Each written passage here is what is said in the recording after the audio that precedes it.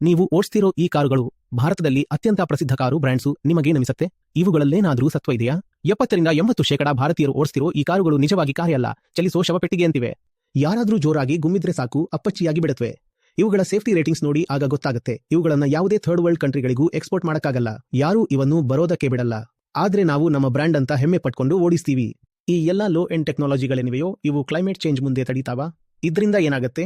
ಸಾಮಾನ್ಯ ಟೆಂಪರೇಚರ್ ಇದ್ರೂ ಕೂಡ ಸಿಮೆಂಟ್ ರಸ್ತೆಗಳ ಮೇಲೆ, ಅಂದ್ರೆ ಉದಾಹರಣೆಗೆ ಯಮುನಾ ಎಕ್ಸ್‌ಪ್ರೆಸ್ ವೇ ಮೇಲೆ ನೀವು 2-3 ಗಂಟೆ ನಿರಂತರವಾಗಿ ಕಾರ್ ಓಡಿಸಿದ್ರೆ ಟೈರು ತುಂಬಾ ಬಿಸಿ ಆಗತ್ತೆ. ಸ್ವಲ್ಪ ಹೈ ಎಂಡ್ ವಾಹನಗಳಲ್ಲಿ ಡ್ಯಾಶ್ ಬೋರ್ಡ್ ಮೇಲೆ ಟೈರ್ ಟೆಂಪರೇಚರ್ ಕೂಡ ಕಾಣಿಸುತ್ತೆ. ನಿಮಗೆ ಟೈರ್ ಎಷ್ಟು ಬಿಸಿಯಾಗಿದೆ ಅಂತ ಗೊತ್ತಾಗುತ್ತೆ. ಆದ್ರೆ ನಮಗೆ ಓಡಿಸೋದಕ್ಕೆ ಕೊಡುವಾಗ ನೋಡಿ, ಭಾರತ ಈಗ ಮುಂದುವರಿತಾ ಇದೆ, ಇದು ನಮ್ಮ ದೇಶದ ಕಾರು ಅಂತ ಹೇಳಿಕೊಡಲಾಗುತ್ತೆ. ಅವುಗಳಲ್ಲಿ ಅಂಥದ್ದೇನೂ ಇರೋದಿಲ್ಲ. ಈಸಿ ಡ್ರೈವ್ ಮಾಡ್ತಾ ನಿರಂತರವಾಗಿ 3 ಗಂಟೆ ಓಡಿಸಿದ್ರೂ ಕೂಡ ಆ ಸಿಮೆಂಟ್ ರೋಡ್ ಮೇಲೆ ಟೈರ್ ಬಿಸಿಯಾಗಿ ಸಿಡಿದು ಹೋಗುತ್ತೆ. ಹಾಗಿದ್ರೆ ಯೋಚನೆ ಮಾಡಿ, ಕ್ಲೈಮೇಟ್ ಚೇಂಜ್ ಆದ್ಮೇಲೆ ಏನಾಗಬಹುದು ಅಂತ.